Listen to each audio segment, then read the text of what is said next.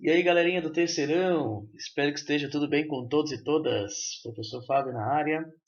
Pessoal, vou dar umas dicas rápidas aí, né, sobre esses assuntos, tá? De dilatação térmica, termologia, gases ideais, gases perfeitos, né?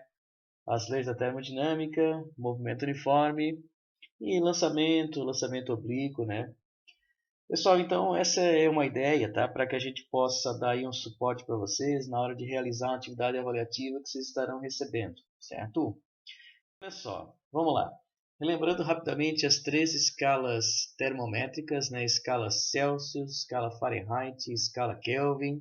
Nós temos então ali as três escalas, né? Construídas por cada um dos cientistas, tá? Que vocês podem perceber aí pelas fotos, né? Pelas imagens, tá? Aqui no canto esquerdo, né? A ideia de um termômetro, ou seja, ó, da escala Celsius, ponto de fusão 0 graus, ponto de ebulição para água 100 graus, para a escala Fahrenheit, ponto de fusão 32, ponto de ebulição 212, para a escala Kelvin, que é conhecida como escala absoluta, tá?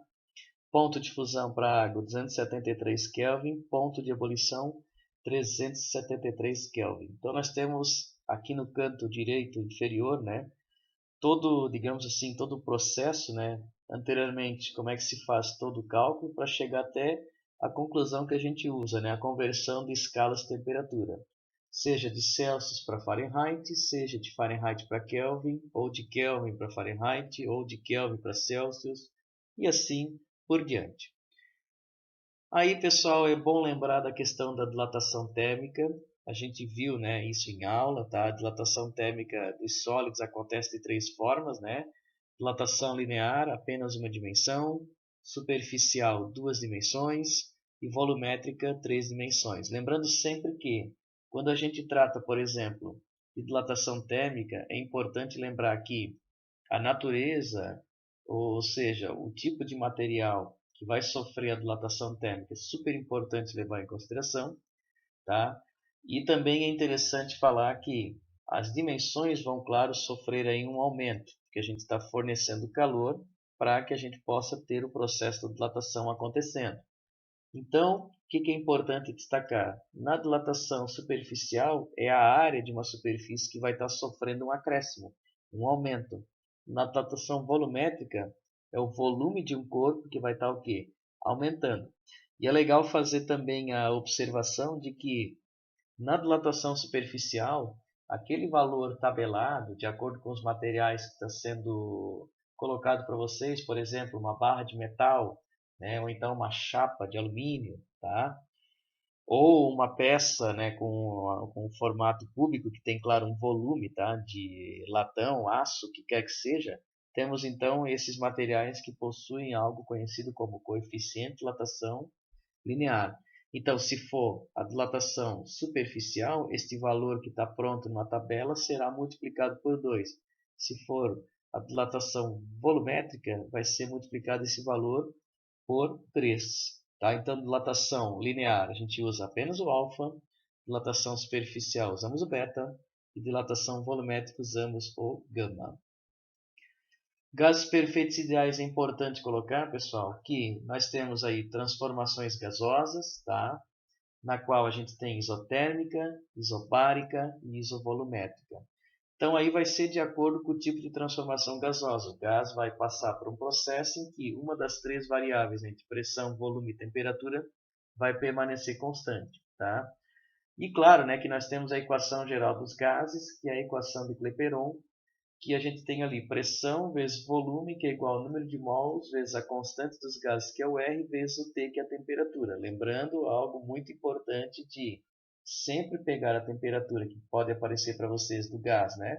Em graus Celsius e converter para a escala Kelvin, tá? Para Kelvin. Então é muito importante não esquecer desses detalhes. Primeira lei da termodinâmica é uma lei que corresponde o quê? Ao princípio da conservação da energia. Então, o calor fornecido ou calor retirado vai dar como resultado, tá? O trabalho com a variação da energia interna. Essa fórmula aqui às vezes aparece um pouquinho diferente, né? Se a gente pegar o trabalho, tá? E colocar para o outro lado da igualdade, nós vamos perceber que a variação da energia interna vai ficar igual à quantidade de calor menos trabalho. Não esquecer que quantidade de calor positiva é que está sendo o quê? Fornecido calor, tá? Para uma determinada massa gasosa, para o gás. Se for uma quantidade de calor negativa, quer dizer que o calor está o quê? Está se perdendo, está cedendo calor, tá? A gente está tendo uma perda de calor. Bom, se a gente não tiver variação na energia interna, então quer dizer que a gente não tem variação de temperatura. Então a energia interna é igual a zero, tá? Então, aí isso é importante destacar, né, que a energia interna depende da temperatura, tá? E também assim, ó, se o gás realiza um trabalho, se ele se expande, então o trabalho é positivo. Mas se o gás dentro desse recipiente sofre uma compressão, então o trabalho vai ser negativo. A segunda lei da termodinâmica trata, pessoal, de ideias como, por exemplo, as máquinas térmicas, que podem ser máquinas térmicas quentes ou máquinas térmicas frias. Nós temos rendimento das máquinas térmicas, tá? Nós temos aí trabalho, né, que a gente acaba depois determinando, se calcula sobre essas questões de máquinas térmicas, tá? Isso é bem importante, né? E lembrando que quando a gente está estudando a questão das leis da termodinâmica, é legal a gente também ressaltar que a temperatura tem que aparecer em Kelvin. Calor é uma forma de energia, unidade de medida Joule. Variação da energia interna, unidade de medida Joule. Tá? Trabalho, tanto a expansão quanto a compressão que um gás pode sofrer, também é dado na unidade de medida no sistema internacional em joules. Muito importante isso, pessoal.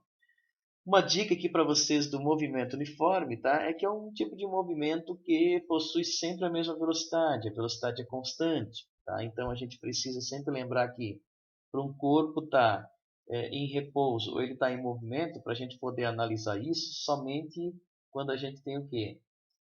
O nosso ponto de referência estabelecido, que é conhecido como referencial. Senão a gente não tem como informar se um determinado corpo está em repouso ou está em movimento, tá? Se a gente tem um movimento, por exemplo, com velocidade positiva, é chamado movimento progressivo. Se por um acaso a velocidade for negativa, então movimento regressivo. E aí, pessoal, por fim, lembrar que na parte que envolve lançamentos, tá? Isso aqui é um lançamento oblíquo. Nós temos então aí uma ideia de vetor, né? De decomposição vetorial, ou seja, quando chegar na altura máxima, a velocidade, tá? Na direção vertical é zero, vy é zero, tá? E a gente possui, no caso, sempre a velocidade na direção horizontal constante, tá? Então isso é bem legal a gente estar relembrando aí, né? E o que que acontece? É uma decomposição vetorial, então a gente tem vetor que está se decompondo tanto na direção x quanto na direção y e a gente tem o vetor resultante, tá? Aceleração da gravidade permanece, claro, constante, né? E a gente coloca esses movimentos aí também desprezando a resistência com o ar. Certo, povo? Eu espero que tenha contribuído aí com algumas dicas de estudo para vocês. Pessoal, bons estudos e até mais.